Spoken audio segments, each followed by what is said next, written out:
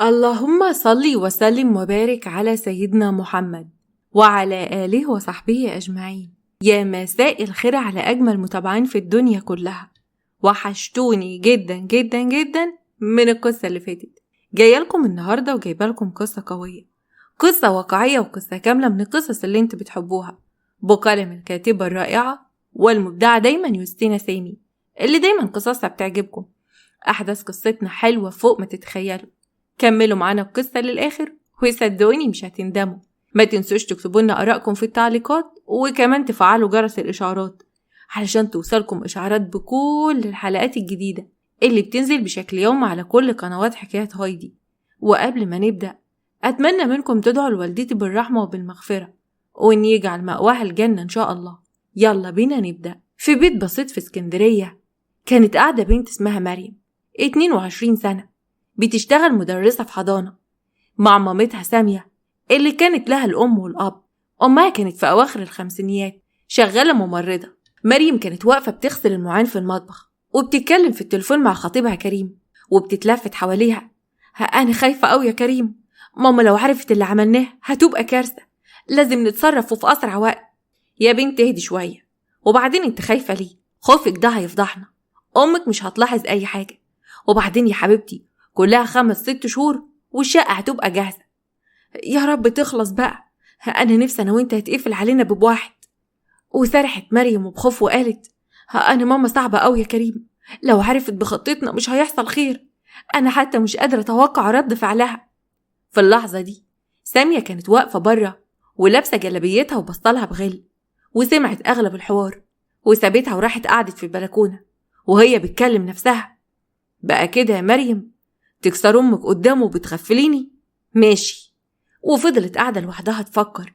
وبعد دقايق دخلت مريم معاها صينية العصير. النهاردة كان عيد ميلاد بنت في الحضانة، ادونا كيكة. سامية بصت لها وماله ناكلها. اللي قوليلي يا مريم، أخبار كريم خطيبك إيه؟ والأجهزة جابها ولا لسه؟ كله تمام يا ماما، جاب أغلب الحاجات. طيب كويس، يعني راجل يعتمد عليه. كلمي بقى وقوليله أمه بتقولك جهز نفسك علشان هنكتب الكتاب آخر الأسبوع ده. إيه؟ إزاي بس يا ماما؟ أنت أكيد بتهزري، آخر الأسبوع ده إزاي؟ بس كريم لسه ما خلصت الشقة يا ماما وقدامه حبة يعني. سامية كانت بتحاول تتحكم في أعصابها. وماله يا حبيبتي، يخلص على أقل من مهله. بعد ما تكتبوا الكتاب روحي بلغيه، وأنا كمان هتصل بعمك. مريم كانت واقفة فرحانة. حالا يا ماما. وسابتها وطلعت تجري علشان تكلم كريم. مجرد ما مشيت سامية حطت ايدها على وشها ودموعها نزلت. ماشي يا مريم، للدرجات دي هو اللي فارق لك وامك؟ لأ. ومسحت دموعها وكلمت عزيز أخو جوزها اللي كان ساكن في الصعيد. أما في الأوضة مريم كانت بتتكلم في التليفون. والله يا ابني ما بكدبش عليك، لقيتها من نفسها بتقولي كده، احنا كده مشاكلنا كلها اتحلت يا كريم. أنا بجد مصدوم، أمك كانت حاطلنا العقدة في المنشار سلمت كده. أيوة يا سيدي، وبعدين احنا خلاص مش هنفكر في حاجة. بلغ مامتك بقى واعمل حسابك ان كاتب الكتاب يوم الجمعة. بعد ما بلغته نامت على السرير. الحمد لله كده عدت على خير، كملها يا رب بالستر، وماما كمان ما تاخدش بالها من اي حاجة. وبعد كام يوم اتفاجئت سامية بمريم وهي جاية من الشغل ومعاها شنط هدوم كتير قوي. الله الله، كل دي هدوم جديدة؟ طبعا يا ماما بكمل جهازي، اشيل عنك الهم شوية يا ست الكل، كتر خيرك. هو انت برضو حاسة بتعب يا مريم؟ حاسة بكل الحاجات اللي انا جبتها لك في جهازك؟ حسيتي بمعاناتي؟ فضلت باصة لبنتها وما لقيتش منها رد، وسابتها وفتحت الأوضة اللي عاملاها للخزين علشان تحط فيها جهاز بنتها. قعدت تبص على الفرش، أوضة النوم وأوضة الأطفال والسجاجيد والنجف والحلل والأجهزة. وقفت سامية قدام الأوضة اللي كانت متروسة بجهاز بنتها. كل حتة في الأوضة دي اشتريتها بجمعيات. ياما كنت بتمنى اخد اجازة واستريح، لكن كنت بقول لأ، بنتي أولى بالفلوس. وقالت بحسرة يلا المفرش ده أنا عملت جمعية علشان أدفع القسط بتاعه، ولا أوضة النوم لسه لغاية دلوقتي مخلصتش القسط بتاعها. وبصت لبنتها ودموعها على خدها. حسيت يا مريم بقسمة الظهر بتاعت أمك علشان أجمع لك الجهاز ده وأشوفك أسعد بنت. مريم بصت لأمها بندم لدرجة إن بصت في الأرض.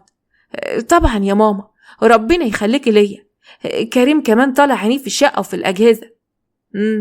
صح. ومسحت دموعها. يلا يا بنت نحط الأكل، خلينا نتغدى. وراحت تحضر الأكل وهي بتكلم نفسها، بتدافع عنه واقفة وياه. ماشي يا مريم، لازم تفوقي وأعلمك الدرس. وحطوا الأكل وفضلوا يتغدوا. وبعدها عدى يومين وجه ميعاد كاتب الكتاب. مريم قلبها ما كانش مطمن، واللي حسيته لقيته. يوم كاتب الكتاب وصل كريم وأمه سميحة.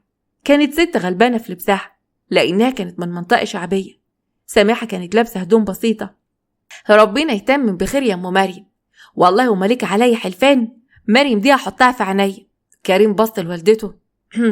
لسه بدري يا ماما على الكلام ده. عندك حق يا اخويا، ده كاتب كتاب وبس. وقربت من سامية. إلا قولي لي يا اختي، هو انتوا ليه سرعتوا في موضوع كاتب الكتاب؟ عادي، اصلهم هما الاتنين بيخرجوا مع بعض كتير، واحنا الناس صعايدة فقلنا نكتب الكتاب.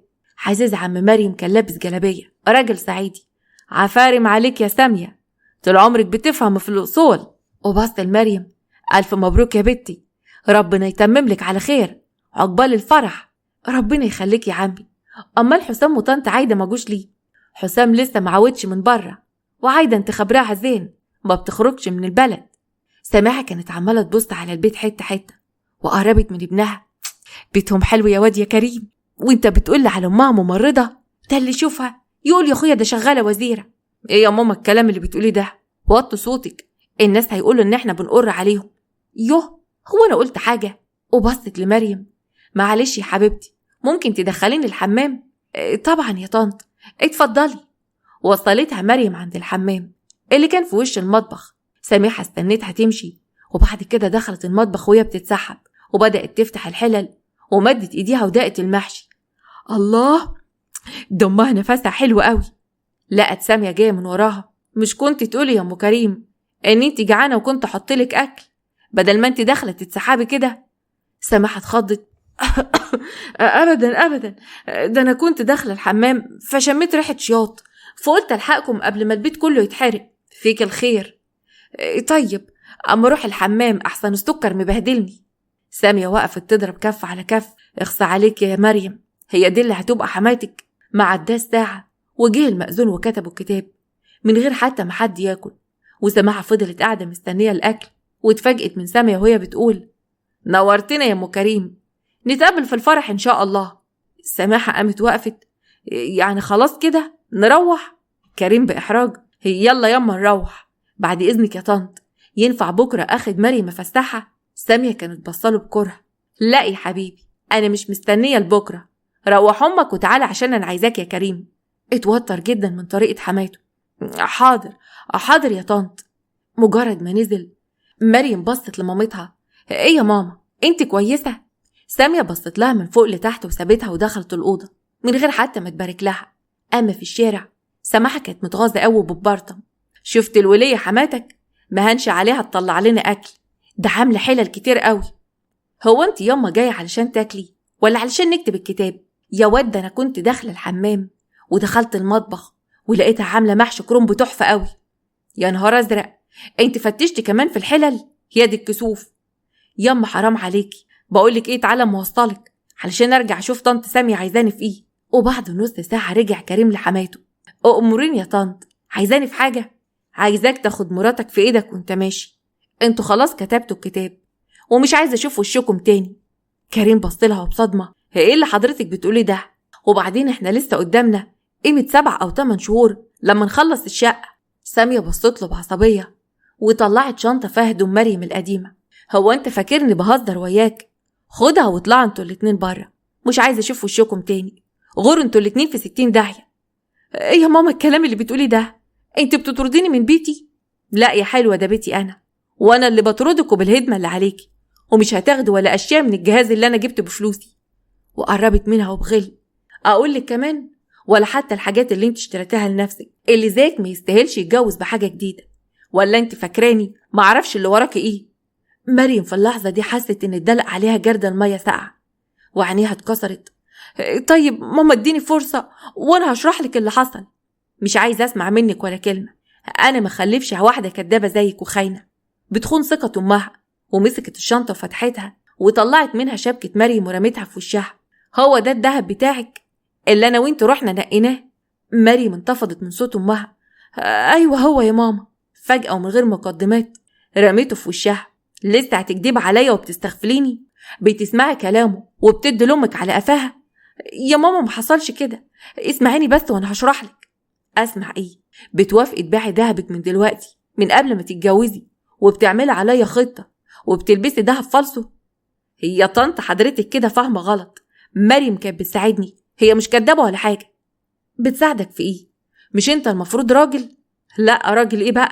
اللي يضحك على بنته وهي في بيت أمها ويلبسها دهب مستعمل ما يبقاش راجل، واللي هيقعدها في شقة إيجار ويزور العقد ويقول لي تمليك يبقى ما يبقاش راجل، واللي يشتري أجهزة مستعملة ويرشها ويضحك عليا ويقول لي جديدة يبقى مش راجل. كريم اتصدم إن حماته عارفة كل حاجة وبص لمريم. هي مريم عارفة وراضية، يبقى الموضوع ده بره عنك. سامية بصت له. عندك حق، مش ده اختيارك اشبعي بيه. لو ما رميكيش في أقرب وقت ما بقاش أنا، وبقي تعالي تف في وشي. وزقت بنتها بره الشقة وطردتها هي وكريم. قدام باب الشقة مريم فضلت تخبط. ايه اللي انت بتعمليه ده يا ماما؟ افتح الباب، ابوس ايدك ما تعمليش فيا كده. طب انا اسفة والله، ما تسيبنيش يا ماما وافتحي الباب. وبصت لكريم اللي كان لسه واقف. كريم قول لها تفتح، احنا هنصالحها، على فكرة يا ماما ما كانش قصدنا حاجة وحشة. فضلت تخبط كتير لكن سامية ما تأثرتش. كريم قرب ومسك ايديها. تعالي نمشي يا مريم وهنبقى نيجي لوالدتك لما تهدى. يعني ايه؟ طب وانا وانت هنروح فين دلوقتي؟ اكيد ماما مش هتعمل فيا كده. مش هتعمل ايه بس؟ امك رميتك بره البيت. يلا نمشي، الجيران زمانهم سامعين، كفايه فضايح بقى. ومسك شنطتها اللي كان فيها غيارات قديمه واخدها ومشي. في بيت سماحه في البلكونه كريم حكى لوالدته عن كل اللي حصل. فهمت يا ماما؟ اوعى تقولي لها حاجه تجرحها، هي مش ناقصه. ما خلاص يا واد، هو انا غبيه ولا فاهمه على قدي؟ مش هعايرها. وسابته وخرجت لمريم اللي كانت قاعده على كرسي ودموعها على خدها. يا ضنايا يا بنتي لسه بتعيطي؟ طب والله يا اختي ومالك عليا حلفان، امك دي ما تستاهل منك دمعه. مريم بصت لها بصدمه وكريم باحراج. ما خلاص ياما، اعمل لنا العشاء الله يكرمك، كفايه كلام بقى. وبصعوبه راحت سماحه تحضر العشاء وقعدوا كلهم ياكلوا على الترابيزه. بس طبعا سماحه ما بطلتش كلام. بس هي هتاخد الفرش والحاجات تعمل بهم ايه؟ ده هي لو امك مخططه تبيعهم وتاخد فلوسهم، دول يعملوا كتير قوي، ده الحاجات بقت غاليه نار. مريم كانت بصلها بحزن. انا ما يهمنيش حاجه، انا عايزه ماما تسامحني. يا حست السودة لو امك نوت تتجوز وتاخد الحاجات بتاعتك. يا لهوي يا لهوي. مريم اتعصبت وقامت وقفت. لو سمحتي يا طنط ما تتكلميش عن مامتي بالاسلوب ده. وسابتهم وقعدت في البلكونه. وكريم بص لوالدته. يا رب كون استريحتي. وقام وراح ورا مريم وعدى اليوم. ونامت في الليله دي جنب حماتها على امل ان يكلم امها وتصالحها وترجع تاني. بس اللي حصل كان عكس كل التوقعات. عدى اسبوع وسامية ما زالت رافضة تماما ان تشوف بنتها او تكلمها. بالعكس ده عملت اللي قهر مريم اكتر. في يوم مريم كانت بتكلم عمها وهي محرجة منه وخايفة ان امها تكون حكيت له. ها ايوه يا عمي، اخبارك ايه؟ وحشتني. انت اللي وحشتين اكتر يا حبيبتي. طب ما كنت تقولوا ان انتوا مش هتعملوا فرح، على الاقل كانت ام حسام جت ويايا. يعني ايه يا عمي؟ مش فاهمه. واه، ما ساميه قالت لي ان انتوا كريم قررتوا ما تعملوش فرح وتسافروا. الا فين العريس صح علشان ابارك له. مريم كانت بتسمع عمها ودموعها نزلت على خدها بقهرة وقالت لنفسها يعني كده ماما بلغت العيله ان انا اتجوزت رسمي ورمت توبت خلاص؟ ازاي هونت عليكي كده يا ماما؟ فقت على صوت عمها بيقول لها انت ويايا يا مريم. حطت ايدها على بقها علشان ما يسمعش صوت عياطها وبتحاول تتحكم في نفسها. ايوه يا عم معاك. الله يبارك فيك يا عمي، كريم مش جنبي دلوقتي. عزيز حس ان في حاجه مش مظبوطه في مريم. انت متوكده انك زينه يا بنتي؟ ايوه كويسه يا عمي، ما تخافش عليا. ماشي يا بنتي، لو حصل ايوتا حاجه تكلميني، ربنا يسعدك ويفرح قلبك.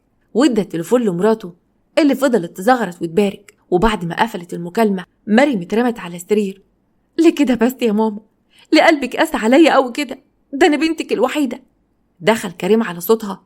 مالك يا مريم؟ حصل حاجه؟ حكيت له عن كل اللي حصل واللي صدمها هو رد فعله.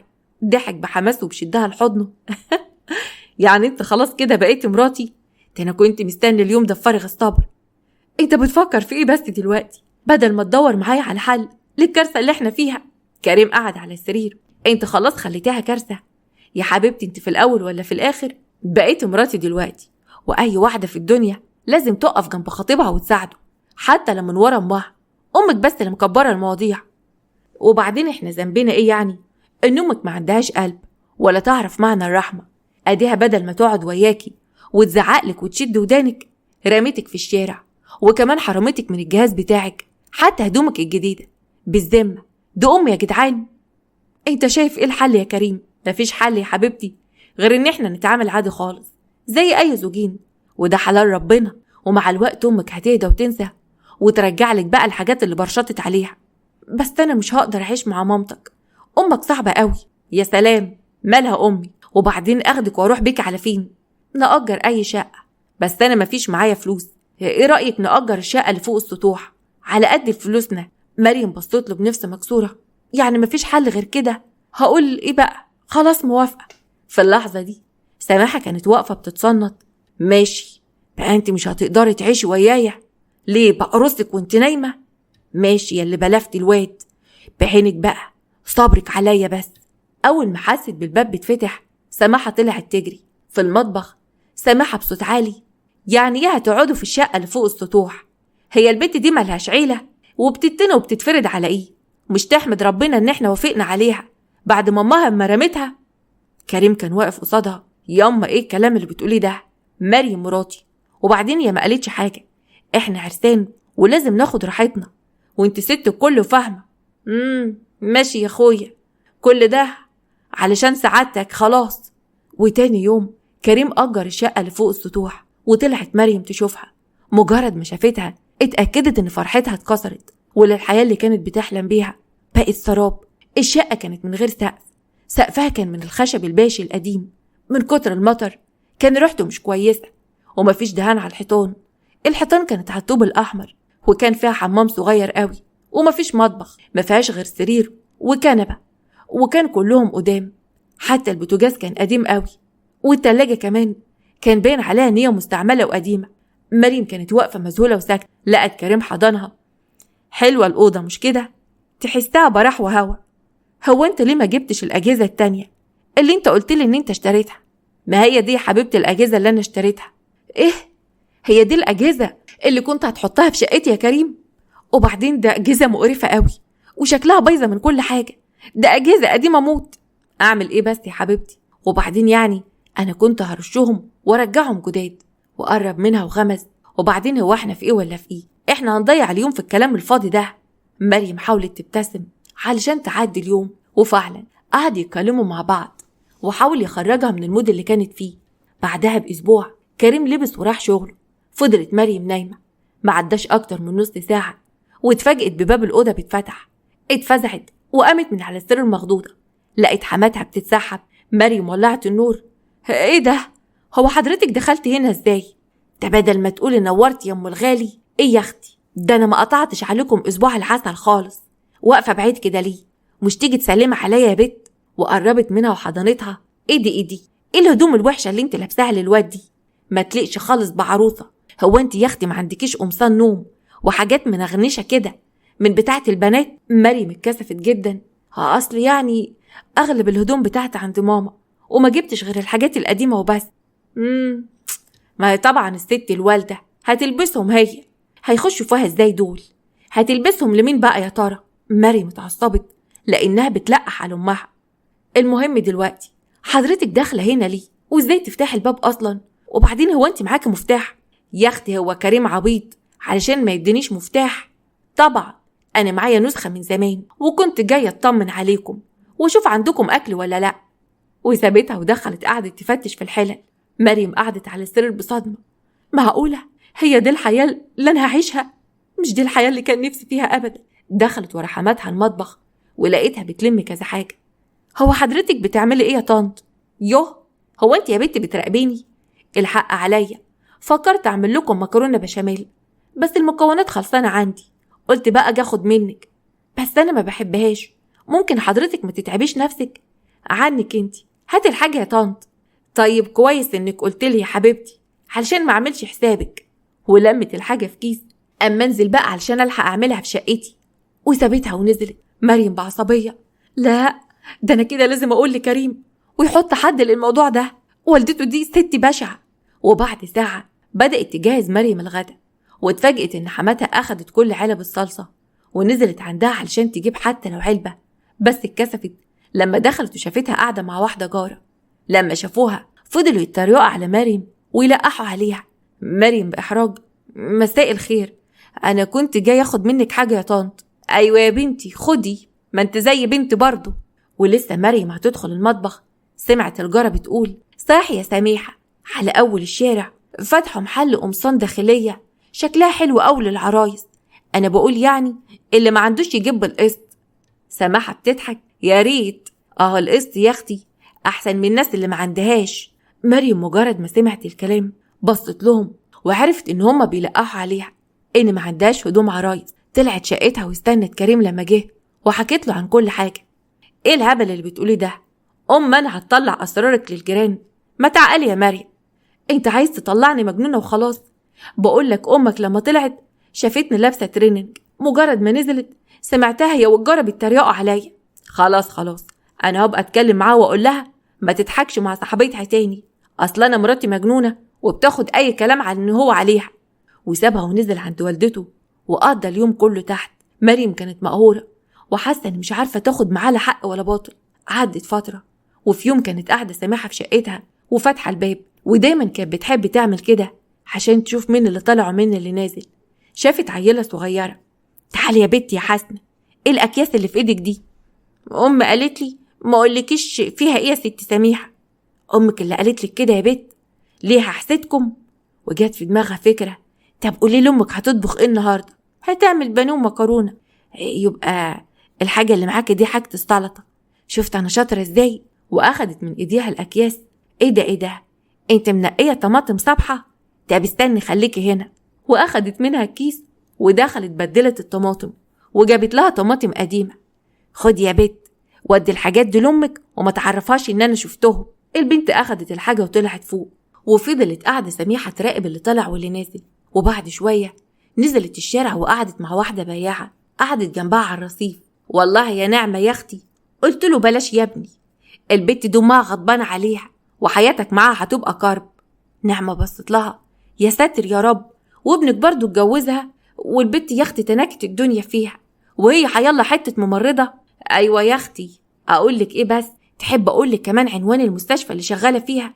وعدت فترة ومريم ما كانتش قادرة تتأقلم تماما مع حماتها ولا حتى الناس اللي عايشين في المنطقة اللي هي فيها، لأن الناس كلهم كانوا بيحكوا عنها، وخصوصا إن سماحة ما كانتش بتفوت فرصة إلا ما تحكي عنها كلام وحش وإن أمها غضبانة عنها. وعدى شهر وسماحة كانت بتطلع كل فترة تتسحب من وراها وتاخد كيس الزبالة اللي سايباه قدام باب الشقة. وفي يوم جابت كيس الزبالة ونزلت على شقتها، فتحت كيس الزبالة وفضلت تعد: يا لهوي، كل ده علب فاضية ومرمية، يا خرابي، كل ده حلويات أكلتها، نوتيلا وشيبس وشويبس. بتشربي شويبس؟ فاكرة نفسك بنت بار مديله؟ أما لو ما كنتش جايلنا بشنطة مقطعة. ومسكت المناديل اللي ما كانتش نظيفة: كل دي مناديل؟ ليه؟ بتجيب كام بكرة في الشهر؟ يا حسرة عليك يا سميحة، الله يرحمك يا أبو كريم، كنت بتحاسبنا على بق المية. ماشي يا مريم. وفضلت كده كل يوم تطلع تجيب الزبالة بتاعتها وتخزن العلب الفاضية وتعد عليها بتجيب حاجات قد ايه في الشهر. وكانت بتحوش الحاجات دي في كرتونة قديمة عندها تحت السرير. لازم اعرف بتصرف كام في الشهر. يا عقربة ياللي عايزة تفلسي الواد. وبعد ما حطت الحاجة في كذا كرتونة فضلت مخزناها عندها. والمشكلة الأكبر ما وقفتش على كده، دي كانت بتتابع مريم أول باول، كل ما تحط زبالة تاخدها وتعينها عندها. وعدى على الموضوع ده حوالي شهر وزيادة. وفي يوم فوق السطوح طلعت سميحة على صوت كريم وهو بيتخانق مع مريم. سميحة وهي بتمثل البراءة: الله، صوتك عالي كده ليه يا واد؟ ده صوتك مسمع العمارة كلها، انت عايز الناس تتكلم علينا ولا ايه؟ مش فارق معايا الناس ياما، انا جبت اخر خلاص. مريم كانت بصله بذهول: تقدر تقولي انا وانت متجوزين بقالنا قد ايه وهنفضل قاعدين في الأوضة المعفنة دي؟ أنا كل اللي بطلبه منك إن أنت تسرع موضوع الشقة اللي كنا هنتجوز فيها. سماحة بصت لها: شقة إيه يا أم شقة؟ وابني هيجيب منين؟ لو هنا مش عاجبك انزلي شقتي تحت. مريم اتغاظت من حماتها: عاجبك كلام أمك ده يا كريم؟ ده العهد اللي كان بيني وبينك، وكلامك ليا أنت هتذلني ولا إيه؟ وبعدين عادي يعني، الشقة اللي أنت كنت عايزاني أجيبها ما معيش فلوس دلوقتي أحطها فيها، وبعدين مالها يعني الأوضة اللي إحنا قاعدين فيها دي؟ وبعدين أنت نسيتي إن أنا اتجوزتك من غير جهاز، وإن أمك أخدت كل الحاجات بتاعتك؟ احمد ربنا بقى إن أنا وإنت قاعدين في أوضة زي كده. مريم بصت له بقرف وسابته وخرجت وبعدت عنه. وسماحة بصت له: بنت قليلة الأصل ما بيتمرش فيها. بقول لك إيه، البت دي يا حبيبي لازم تشكمها. تعال انزل معايا تحت وسيبك منها خالص. أنا حتى يا أخويا عايزة أوريك حاجة مهمة علشان تعرف إن اللي معاك دي ما بتقدرش النعمة. وأخدته سماحة ونزلته على شقتها ورفعت المرتبة. وكريم اتصدم من كمية الزبالة والكراتين اللي أمه محوشاها تحت. إيه يا حاج، إيه الزبالة دي؟ ده جزء بسيط يا أخويا، مش زبالة بتاعت مراتك. بص شوف مراتك بتجيب كام علبة نوتيلا في الشهر، وكام كنز، وكام بيبس وشيبس، ولا المناديل. شفت مراتك بتصرف من وراك قد إيه ومش مراعية ظروفك وبتطالبك بشقة؟ كريم كان واقف مصدوم ومش عارف يجمع. بص لوالدته: انت بتطلعي تجمعي الزبالة من قدام شقتنا وبتحوشها عندك يما؟ ها أيوة يا واد، لازم أوريك إن هي مبذرة ومش خايفة عليك. أنا لو منك أخد مرتبها اللي زي دي ما ينفعش تشيل فلوس. عايزة تخرب بيتك يا ضنايا وترجع في الآخر تشتكي. كريم كان بيسمع من أمه وهو في قمة غيظه. عندك حق طبعا، هي اتعودت أي حاجة تعوزها أمها بتجيبها لها. مجرد ما سماحة شحنته طلع اتخانق مع مريم: عرفت زي ما عرفت، انت مضيعة كل مرتبك في كلام فارغ، شيبس وبيبس وحلويات ونوتيلا. طبعا ما بتكلفيش خاطرك تساعديني في مصاريف البيت، على الأقل ننقل من هنا وننفذ أوامر الست هانم. مريم كانت بصله وهي مصدومة ومش فاهمة كلامه. هو انت بتحاسبني على ايه؟ انا بجد مش فاهمة. الحاجات دي حاجات عادية وموجودة في اي بيت. لا طبعا مش عادية، طالما انت واحدة فاشلة كده انا اللي همسك الفلوس ومرتبك انا اللي هاخده. وسابها وداخل ياخد شاور وسابها واقفة لوحدها. كانت حاسة ان الدنيا بتلف بيها، معقول حياتها تتبدل كده في كام يوم؟ وفعلا نفذ كلامه وبدأ هو اللي ياخد المرتب ويتحكم فيها. وحياتها بقت أسوأ بكتير، لدرجة ان هي قررت تروح تستنجد بأمها. وفي يوم راحت لأمها وفضلت قاعدة على السلم مستنياها. على السلم كانت قاعدة مريم. أمها كانت راجعة من الشغل، جريت عليها واترمت في حضنها: لا عملت فيا كده يا ماما، ليه خليتيني اللقمة طرية؟ أنا اتبهدلت أوي يا ماما. سامية بصت لها وبعدتها عن حضنها: مش انت اللي اخترتي؟ اوعى تلومين على أي حاجة عملتها معاكي، انت اللي رخصت نفسك يا مريم. وسابتها وفتحت شقتها ودخلت وقفلت الباب في وش بنتها. مريم فضلت واقفة مكانها مصدومة، كانت حاسة ان هي تايهة. فضلت واقفة 10 دقايق عقبال ما استوعبت اللي حصل ونزلت. كانت ماشية في الشارع والدنيا كانت بتمطر على دماغها ودموعها كانت مغرقة وشها وبتأنب نفسها جدا: أنا اللي غلطانة، أنا إيه اللي خلاني أجيلها؟ هي دي أمي دي؟ أنا بكرهها، تقفل بابها في وشي لتاني مرة في أكتر وقت أنا محتاجاها فيه. قعدت على الرصيف تحت المطرة، كانت بتعيط وما كانتش عايزة ترجع بيتها تاني، بس اضطرت إنها ترجع. وعدى شهر كمان ومريم عيشتها معاهم كانت حياة صعبة قوي، لدرجة إن شكلها كان بهتان ومرهق. وفي يوم كانت مجمعة الغسيل عشان تغسله عند حماتها، ونزلت وقفت في مطبخ حماتها اللي كانت بتعمل كوباية شاي. أعمل لك معايا كوباية شاي ولا أنت مالكيش في الشاي يا مريم؟ متشكرة يا طنط، مش عايزة حاجة. في الوقت ده سميحة كانت لابسة سلسلة دهب في رقبتها، كان واضح إن هي تقيلة وغالية. لما حست إن مريم مش واخدة بالها خلعت السلسلة وحطتها على الرخامة، ومريم غصب عنها شافتها واستغربت. أخدت السلسلة وخرجت بيها.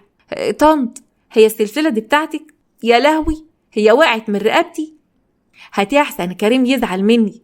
ياه ده السلسلة دي بقى قديمة. مين قالك يا أختي؟ ده لسه جايبها لي هدية أول امبارح. إيه جايب لك هدية دهب أول امبارح؟ يعني ابنك دلوقتي مع فلوس يجيب لك دهب وياخد مرتبي؟ وقامت خناقة كبيرة ما بينهم. من سوء حظها ان كريم كان راجع بدري من الشغل، وانت مالك اصلا ما اجيب لام اللي انا عايزه فلوس ومحوشها. يا سلام، يعني امك دلوقتي اولى بالفلوس بتاعت مرتبي ومقعدني في اوضه فوق السطوح وبعدين هو أنا بتكلم مع مين أصلا؟ أنت واحد كداب وضحكت عليا واستغلتني، لكن أنا مش هسكت ومش هكمل معاك يوم تاني. أنا عايزة أتطلق يا كريم. يا ريت والله، أنت أصلا جوازتك واقفة عليا بخسارة. استفدت منك إيه أنا ومن جوازتك الفقر دي؟ ولما تتطلقي بقى يا ترى هتترمي في أنهي شارع؟ ما تقنعنيش أن أمك هترضى تستقبلك. مريم بصت له باحتقار وطلعت شقتها وهي في قمة وجعها. حسمت قرارها، مسكت تليفونها وكلمت عمها. أنا محتاجة لك أوي يا عمي، أنا ماليش غيرك، ورحمة بابا وغلاوته عندك ما تسيبني. عزيز مجرد ما سمع صوتها لبس جري ونزل على القاهرة. مجرد ما وصل وعرف الحكاية أخد مريم في حضنه، فضل يطبطب عليها. انت متوكدة يا بنتي انك عايزة تتطلقي؟ انت بقالك كام شهر بس متجوزة، دول كانوا أسوأ شهور عشتهم في حياتي. ما تسيبنيش هنا يا عم أرجوك، انت آخر أمل ليا في الدنيا. عزيز بس راسها وطمنها وقعد مع كريم، وأصر إن يرمي عليها يمين الطلاق، وإن مش هيرجع البلد إلا معاه بنت أخوه. وسماحة كانت مرحبة جدا بالفكرة. وبعد كام يوم في بيت عمها عزيز كانت قاعدة مريم بتعيط. قرب منها عمها. خلاص يا مريم يا بنتي، بكفاياك بوكا. اللي حصل ده كان الصح. الواد اللي اسمه كريم ده طلع عيل نص سوا، ما يستهلكش يا عبيطة. مريم ابتسمت غصب عنها. أنا مش حاسس في نفسيتي يا عمي غير أم اللي رمتني الرمية دي، وما صعبتش عليها أبدا. ليه قلبها قاسي عليا كده؟ ما تقوليش كده يا بنتي، هي غلطت بس برضك دمك. صدقيني يا مريم، سامي أبوها كان شديد قوي علشان كده هي طلعاله. وأنا ذنبي إيه بس؟ أنا كنت عايزة حضن حنين يا عمي يعرف يحتويني ويحس بيا، يعرفني الصح من الغلط، مش تعاقبني وتمسك لي حبل المشنقة من أول غلطة غلطتها. أنا مش مسامحاها وعمري ما هسامحها أبدا. فضل عزيز يطبطب عليها علشان يهديها، وراحت أوضتها علشان تستريح. أما في شقة سامية كانت ماسكة التليفون على ودنها، ولما سمعت الخبر من عزيز قعدت في السرير بحزن. اتطلقت؟ أنا كنت عارفة يا عزيز إنها هتتطلق. فارق معاكي جو يا أم مريم، اجده تعمل في بيتك؟ هانت عليكي. سامية الدموع كانت نازلة من عينيها. كنت عاوز نعمل إيه؟ أقعد معاه وانصحها؟ طيب ما أنا ياما اتكلمت وقلت حقك يا مريم، اوعى تفرطي فيه، اوعى إن الواد ده يستغلك. بس آخرة المتامة اتفقت معاه ضدي وكأن عدوتها. تقدر تقول لي الحل كان هيبقى إيه؟ لو عاندت معاها أكيد كانت هتتجوزه من ورايا، وبرضه كانت هتعيش نفس التجربة. عزيز كان بيسمعه وهو متأثر. الأم هي اللي بتحاب على بنتها مهما كلفها الأمر، مش بتستسلم كده. وبعدين حتى لو كلامك صح، ازاي قلبك طوعك ان في عز ما كانت محتاجالك وجاتلك لغاية بيتك تحمليها؟ سامية سمعت كلامه واتأثرت وما عرفتش ترد. عزيز كمل: علشان فكرت بعقلك مش بقلبك يا سامية. على العموم أنا بس بخبرك بكل حاجة علشان تبقى على دراية وتطمني. مريم في بيت عمها معززة مكرمة، عدتك بعافية. أما مريم ما كانتش مصدقة إن بقت مطلقة. وقفت قدام المراية تبص لنفسها، ملامحها اتغيرت، بدأت تتكلم مع نفسها. معقولة بالسرعة دي بقيت مطلقة؟ أخدت صدمة في كل اللي حواليا. الكل بهك يا مريم، أمك وكريم حب حياتك، مفيش حد فيهم كان بيحبني أصلا. قعدت تعيط: بس أنا لازم أنساكم ومش هفتكركم تاني. وعدى اليوم بصعوبة على مريم. حالتها النفسية كانت بتزيد سوء. وعدى 3 شهور وسامية كانت بتحاول تكلم بنتها عن طريق عزيز، لكن بنتها رفضت إن كانت ترد عليها. وفي يوم صحيت من النوم لقت الشغالين بيوضبوا البيت، ومرات عمها بتجري وهي فرحانة: سرعوا بقى الوكل، لازم يكون جاهز قبل ميعاد وصوله. مريم قربت من مرات عمها: ايه ده يا مرات عمي، هو احنا جاي لنا ضيوف ولا ايه؟ كويس انك صحيت يا بنتي، حسام ولدي معاود النهارده. يا مريم ده بقاله سنين ما شفتهوش. بالليل في شقة سميحة كانت بتغسل المواعين وفاتحة شباك المنور، بتبص على جارتها فاطمة وهي بتقول بغيظ: طبعا زمانها خرجت مع جوزها اللي لسه راجع من السعودية. ناس كده مكتوب لها تتهنى، وناس زي مكتوب لها الشقة. يعني عليك يا سميحة. فضلت تكمل في المواعين لغاية ما لاحظت نور جاي من شقة جارتها، وقالت بحماس: شكلهم رجعوا. طفت بسرعة نور المطبخ وجريت على شباك المنور وفتحته، وفضلت تبص عليهم وهي بتقول: ايه ده مطفيين النور كده ليه؟ لا انا عايزه اعرف هما بيعملوا ايه من كتر فضولها اللي بيجري في دمها. طلعت تليفونها وشغلت الكشاف علشان تشوف الجيران بيعملوا ايه. ولحظها الحلو شافت واحد لابس قناع على وشه بيسرق شقة جارتها. سامحها بخوف وهي بتلطم: يا لهوي يا لهوي، حرامي في الشارع بتاعنا يا حس المنيلة، ولأنها مشغلة الكشاف الحرامي شافها وبصلها بعينيه جامد لدرجة إن التليفون وقع على الأرض. يا لهوي، أنا ما شفتش حاجة، أنا ما أعرفكش يا عم الحرامي. وقفلت الشباك بسرعة وطلعت تجري من المطبخ. سماحة كانت واقفة في الصالة. أعمل إيه دلوقتي؟ أنا ما ينفعش أقعد في الشقة، أنا كده لازم أنزل أقعد عند أي حد من الجيران، على الأقل الحرامي ما يعرفش يوصل لي. وأخدت البوك بتاعه تليفونها ونزلت جري. من كتر صربعتها وقعت على السلم وقعة صعبة لدرجة إنه أغمى عليها، والجيران اللي سمعوا صوتها وهي بتقع ونقلوا سماحة على المستشفى. أما في البلد كان حسام قاعد بيشرب كوباية شاي ولقى مريم خارجة وماسكة في إيديها كوباية وسرحانة. مساء الخير يا حسام، معرفش إن أنت قاعد هنا. رفع حاجبه. واه، إذا حضرت الشياطين يعني وليع. تعالي يا مريم اقعدي. مريم ابتسمت بإحراج. لا طبعا، بس أنا مش عايزة أغلس عليك. لا تعالي. اضطرت إنه تقعد معاه علشان ما تضايقهوش، بس فضلت ساكتة. فاكرة زمان لما كنت بتلعب هنا على العجلة وأنا اللي كنت بعلمك؟ انت لسه فاكر؟ دي كانت أيام حلوة قوي، بس عمرها ما هترجع تاني.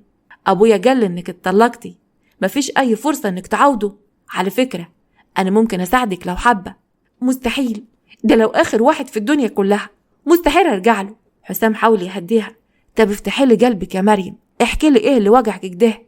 أنا مرضتش أعرف من أبوي حاجة وقلت أكيد أنت اللي هتفتحي لي قلبك. مريم ارتاحت لابن عمها وفضلت تتكلم معاه زي ما كانت بتعمل وهي صغيرة، وحكت له عن كل حاجة من أول ما كدبت على أمها لغاية ما اتطلقت. أما في المستشفى سميحة كانت نايمة على السرير ورجلها متجبسة وراسها كانت ملفوفة بشاش. كريم دخل عليها. في إيه بس ياما؟ إيه اللي عمل فيك كده؟ شفت أمك يا كريم بقت عاملة زي الإنسان الآلي. اللي حصل لي يا ابني لا يتقال ولا يتحكى.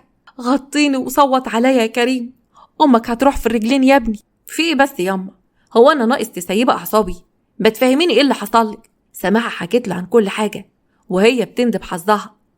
أنا إيه بس اللي خلاني أتص في نظري وأبص من الشباك؟ كده الحرامي بقى هيحطني في دماغه. الحرامي ده مش هيسيبنا لما يموتني. أنا عارفة إنه ولية حشرية أدي آخرتها. ده أنا دلوقتي قاعدة في المستشفى متجبسة. شفتي ياما آخرة فضولك؟ المهم دلوقتي إن أنت ما تتكلميش أو تقولي أي حاجة، إحنا مش ناقصين مشاكل. مش بعيد المرة دي لو الحرامي عرف مكانك يجيلك المستشفى يخلص عليكي. لا أنا خلاص يا أخويا بقيت خرصة وعامية، مش هفتح بقي تاني. وفضلت قاعدة سماحة في المستشفى. بس خبر الحرام انتشر في الشارع، وخصوصا لما جارتهم وجوزها رجعوا ولقوا حاجات كتيرة جدا مسروقة في البلد. حسام كان متغاظ جدا وحاول يدار عصبيته. طب بركة ان انت اتطلقتي، ده انت لو كنت رايدة ترجعي له كنت هتخك عيارين، ده تلاقيها كان اختك في الرضاعة وانت مش خبرة. مريم بصت له وضحكت.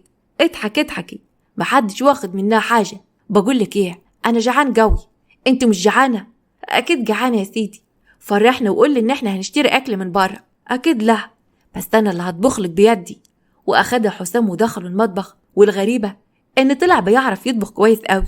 الاتنين قعد ياكلوا في المطبخ وقال لها بتريقة. امال انت فاكراني هعيش في بلاد بره ومش هعرف اعمل لنفسي واكل؟ ليه؟ هو انت ما اتجوزتش لغاية دلوقتي يا حسام؟ يمكن علشان ما حسيتش ولا مرة ان في واحدة تستاهلني واطمن وانا وياها وانها هتكون ام ولادي. يعني حاسس ان علاجك قريب. يلا كلي الوكل هيبرد. قعدوا ياكلوا مع بعض، وام حسام صحيت وشافتهم وهم قاعدين يتكلموا وبيضحكوا سوا. كانت فرحانة جدا وقعدت تدعي يا رب تكوني من نصيب ولدي. عزيز كان لسه صاحي. واه، انت اللي بتدعي الدعوة دي يا ام حسام؟ انا قلت انك هتتضايقي اكملنا متطلقة. أباي عليك يا راجل، مريم دي احنا لربناها على يدنا وبعتبرها بنتي. حصل ايه يعني لو ما اتجوزت واتطلقت؟ يلا تعال نسيبهم يفطروا براحتهم. وسابت جوزها وراحت هي وعزيز بعيد، وسابوا مريم وحسام مع بعض يضحكوا. وعدى أسبوعين وعلاقة مريم وحسام كانت بتتطور. وفي يوم راح حسام المستوصف اللي مريم كانت بتشتغل فيه. ايه ده، انت جاي المستوصف ليه؟ هو انت تعبان؟ يعني انا لو تعبان هجيلك انتي؟ هو انت يا بنت بتعرفي تدي حقن؟ والله عندك حق، بس هقول ايه بقى، عم اللي مشغلني هنا بالواسطة. طب بقولك ايه، ما تاجي تشتغلي وياي؟ يا ريت، بس عم تفتكر هيوافق؟ اكيد مش هيوافق علشان كلام الناس. الكلام ده لو انا مش موجود، لكن انت هتشتغلي وياي وهتبقي تحت عيني. ماشي يا سيدي، انا موافق اشتغل وياك. حسام اتكلم مع والده وظبط كل حاجة بحيث إن مريم تشتغل معاه. أما عند سماحة في المستشفى كانت مبسوطة إنها تخرج وترجع لبيتها. فضلت مستنية كريم وكانت ماسكة التليفون. اتأخرت كده ليه يا كريم؟ يا ربي يرجع الحرام يجيني هنا. اتفاجئت بجارتها فاطمة، كانت داخلة متعصبة. بقى انت وابنك تعملوا فيا كده؟ وانا اللي كنت بقول ده انت زي اختي؟ في ايه يا فاطمة مالك؟ داخل عليا بزعبيبك كده ليه؟ وبعدين عملتلك انا وابني. ايوه يا اختي عشيلي في دور المستعبطة. على العموم ابنك اتقبض عليه وان شاء الله هتحصليه. وسابتها فاطمة وخرجت. ايه يا ولية؟ كريم مين اللي اتقبض عليه؟ هو كان ناقص فلوس؟ ما قدرتش تفضل قاعدة ساكتة ومسكت عكازها اللي كانت بتتسند عليه. خرجت سماحة من المستشفى وحالتها صعبة. لما وصلت المنطقة اتفاجئت ان كل الناس بيبصوا لها بقرف، حتى جارتها اللي كانت بتقعد معاها. ايه اللي جابك هنا يا سميحة؟ بتدوري على شقة تانية تسرقها انت وابنك؟ روحي يا اختي دوري على ابنك في القسم، البوكس جه واخده. سميحة مجرد ما سمعت عرفت ان ابنها اتقبض عليه. اما في بيت عزيز في المطبخ حسام بحدة. افهم يا مريم، دمك ولازم تسامحيها. لا يا حسام، انا لا يمكن اسامحها ابدا، ولو انتم متضايقين من قعدتي هنا انا ممكن اسيب بيتكم وامشي. لا ده انت تاخدي على نافوخك. ايه الكلام المسخ ده؟ يكون في معلومك بقى انت مش هتخرج من هنا الا على بيت عدلك، او بمعنى اصح مش هتخرج من هنا خالص. مريم فهمت قصده وخرجت بسرعة من المطبخ وهي مكسوفة. اما في القسم وصلت سميحة وقابلت ابنها. اعترفت بكل حاجة؟ ليه يا ابني، هو انت اللي سرقت جيراننا؟ ايوه، مش انت اللي فضلتي تحكي لي عن جيراننا وعن الفلوس اللي عندهم؟ وانا كنت محتاج لفلوس فرحت وسرقت شقته وانت اللي شفتيني بس ما عرفتنيش. سماحة لما سمعت كلامه فضلت تلطم على وشها. اوعى تجيلي هنا مرة تانية، انا مش عايزة اشوفك، انت اللي دمرت حياتي. وسابها كريم وطلب ان هم ياخدوه. وعدى شهرين في الصعيد. وفي يوم حسام ومريم كانوا قاعدين مع بعض. قولي لي يا مريم، موافقة ولا لا؟ انا الراجل اللي بتتمنيه؟ انت اكتر بكتير من اللي بتمناه. ابتسم. وانت كمان، انا بحبك يا مريم وعايزك تبقوا مرة وام ولادي. وانا موافقة يا حسام. وبعد اقل من اسبوعين كتبوا الكتاب وعملوا فرح كبير قوي. وهي لابسة فستان الفرح اتفاجئت بامها اللي واقفة قدامها وشكلها حزين. انا عارفة ان انت مش مسامحاني يا مريم، انا كان نفسي اشوفك بالفستان الابيض. متشكرة قوي. ايه اللي جابك هنا؟ وكانت هتسيبها وتمشي. سامية مسكتها. انا ما عنديش مبرر اقولهولك، بس انا بحبك يا مريم. انا عارفة ان انا قسيت عليك قوي، يمكن كنت عايزة اعلمك درس بس بطريقتي، بس غلطت. مريم بصت لها. الكلام ده ملوش لازمة، انت قسيت عليا وانا مش هقدر اسامحك ابدا بسبب الحاجات الوحشة اللي انا شفتها. حسام اخد مريم في حضنه وبص لمرات عمه. سيبيها يا مرات عمي، يمكن يرجي اليوم اللي تسامحك فيها. انت جسيت عليها جوي والموضوع مش سهل. تفتكروا مريم ممكن تسامح امها وسامحها كانت صح ولا غلط لما عملت بنتها بالقسوة دي؟ وعقابها ليها كان في محله ولا كان زيادة عن اللزوم؟